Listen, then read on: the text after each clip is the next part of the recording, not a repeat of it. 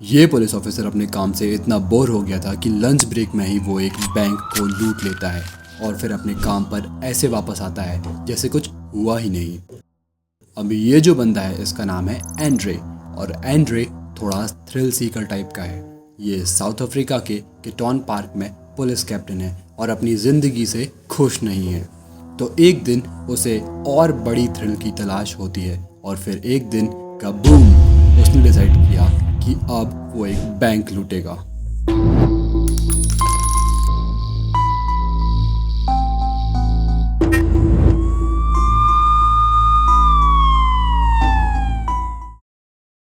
तो एंड्रे एक early flight पकड़ता है जोहान्सबर्ग से डरबन के लिए और वहां से एक कार रेंट करके टाउन के एक बैंक तक ड्राइव करता है। फिर वो विग और फेक बियर्ड पहनता है और बैंक में घुस जाता है।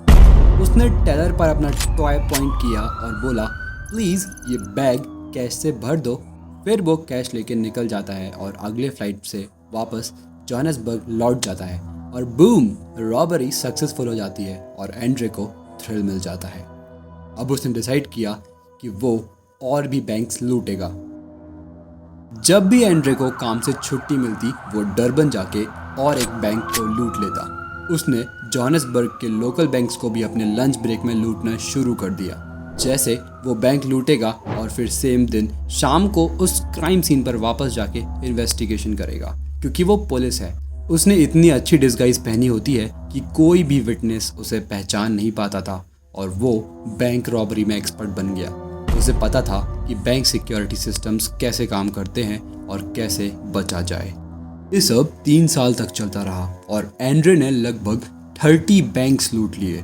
ये उसके लिए एक बहुत बड़ी थ्रिल थी, पर फिर एक रात उसने एक गलती कर दी। एक पार्टी में एंड्रे थोड़ा ज़्यादा नशे में हो जाता है और अपने दोस्त कोर से बात करते करते अपनी रॉबरीज के बारे में बता देता है। लेकिन core bureau of state security के लिए काम करता था, जो समथिंग FBI जैसा ही था। कोर तुरंत अपने सुपरवाइजर को सारी बातें बता देता है। नेक्स्ट टाइम जब एंड्रे डरबन से बैंक लूट के वापस लौट रहा था, पुलिस उसे बैगेज क्लेम पर ही पकड़ लेती है। बैम, उसे अरेस्ट कर लिया जाता है और उसे 17 साल की सज़ा मिलती है। लेकिन एंड्रे का प्लान कुछ और ही था। उसने डिसाइड किया कि वो खुद को प्रिजन से निकालेगा। प्रिजन में एंड्रे की मुलाकात मॉल और हेल से होती है, जो दोनों भी रॉबरी के लिए अंदर हैं। तीनों मिलकर जेल से भागने का प्लान बनाते हैं। पहले एंड्रे और मॉल फेक इंजरीज का नाटक करते हैं ताकि उन्हें फिजियोथेरेपिस्ट के पास ले जाया जाए। वहाँ पे वो गार्ड्स को ओवर पावर करते हैं, उनका टॉय छीन लेते हैं और फिजियोथेरेपिस्ट की कार में भाग जाते हैं। कुछ महीने चुपचाप रहने के बाद वो एक डेयरिंग प्लान बनाते हैं और हेल को भी जेल से निकाल लेते हैं। तीनों फिर से बैंक्स लूटने का प्लान बनाते हैं। कबूम, एक बैंक लूट लिया, फिर कबूम, दूसरा बैंक लूट लिया और फिर तीसरा बैंक। ये सब रिडिकुलस डिस्गाइजेस पहनते हैं, sunglasses, fake moustaches, fake beards, जो काफ़ी फनी लगती हैं। लेकिन इनका प्लान परफेक्ट होता है। ये 5 मिनट में बैंक लूट लेते हैं और कभी कभी एक दिन में 4 बैंक्स तक लूट लेते हैं, वो भी बिना पकड़े गए।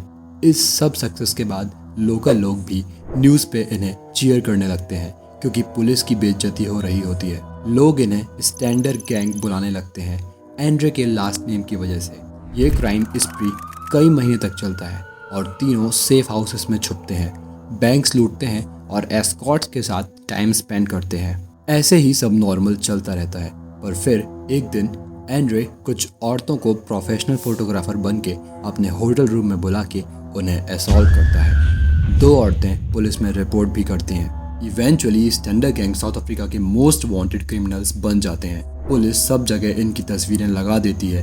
इन्हें पता होता है कि अब जल्दी ही वो पकड़े जाएंगे, तो वो प्लान बनाते हैं कंट्री से भागने का। वो तीनों एक छोटी यॉट खरीदने का प्लान बनाते हैं और एंड्रे एक फेक पासपोर्ट बना के फोर्ट लॉडरेबल फ्लोरिडा जाता है, जहाँ पर वो यॉट की डील करता है। अगले दिन पुलिस उनके एक सेफ हाउस पर रेड करती है। सेफ हाउस के बारे में पुलिस को एक एस्कॉर्ट से पता चलता है। मॉल वहाँ अकेला होता है। पुलिस उसे चारों तरफ से घेर लेती है और मॉल उनके साथ क्रेजी शूट आउट में फंस जाता है। इन दी एंड जब पुलिस मॉल को पकड़ लेती है तो मॉल खुद को मार लेता है। ही हेल को ये टिप मिलती है कि पुलिस ने एक मेंबर को पकड़ लिया है, तो हेल तुरंत ही एक फेक पासपोर्ट बना के ग्रीस भाग जाता है और पुलिस सब सेफ हाउसेस को रेड करती है। वहाँ उन्हें एंड्रे का एक एस्कॉर्ट के साथ तस्वीर मिलती है जो उनके खिलाफ सबूत बन जाती है। पुलिस को एक सेफ हाउस से कुछ और भी सबूत मिलते हैं जिससे उन्हें यॉट के बारे में पता चलता है। पुलिस तुरंत लोकेशन पर जाती है और क्रू मेंबर से पूछताछ करती है। काफ़ी पूछताछ के बाद क्रू मेंबर पुलिस को बताता है कि ये यॉट एंड्रे ने फ्लोरिडा डिलीवर करने को बोला है। फ्लोरिडा में न्यूज़पेपर्स एंड्रे की तस्वीर छाप देते हैं और लोग अलर्ट हो जाते हैं। इसी बीच एंड्रे एक चुराई हुई कार को शॉप पर रिपेंट कराने को जाता है। सेल्समैन एंड्रे को पहचान लेता है और पुलिस को बता देता है। रात को पुलिस एंड्रे के अपार्टमेंट को घेर लेती है पर वो वहाँ नहीं होता, बट एक ऑफिसर उसे साइकिल पर देख लेता है और उसे पकड़ने की कोशिश करता है। एंड्रे काफ़ी दूर भागने के बाद सरेंडर करने का नाटक करता है। जैसे ही वो पुलिस ऑफिसर उसके पास आता है, एंड्रे उसके साथ हाथापाई कर लेता है पर ऑफिसर उसको गोली मार देता है और एंड्रे मर जाता है। In the and hell London में एक रॉबरी करते हुए पकड़ा जाता है और 20 साल की सज़ा पाता है। बाद में वो सुधर जाता है और लोगों को लाइफ ऑफ क्राइम के कॉन्सिक्वेंसेस के बारे में एजुकेट करने लगता है। तो कैसी लगी तुमको ये थ्रिलिंग वीडियो? कमेंट सेक्शन में ज़रूर बताओ और ये भी बताना कि अब हम फॉरेन क्राइम्स को कवर करें या फिर इंडियन वंस को।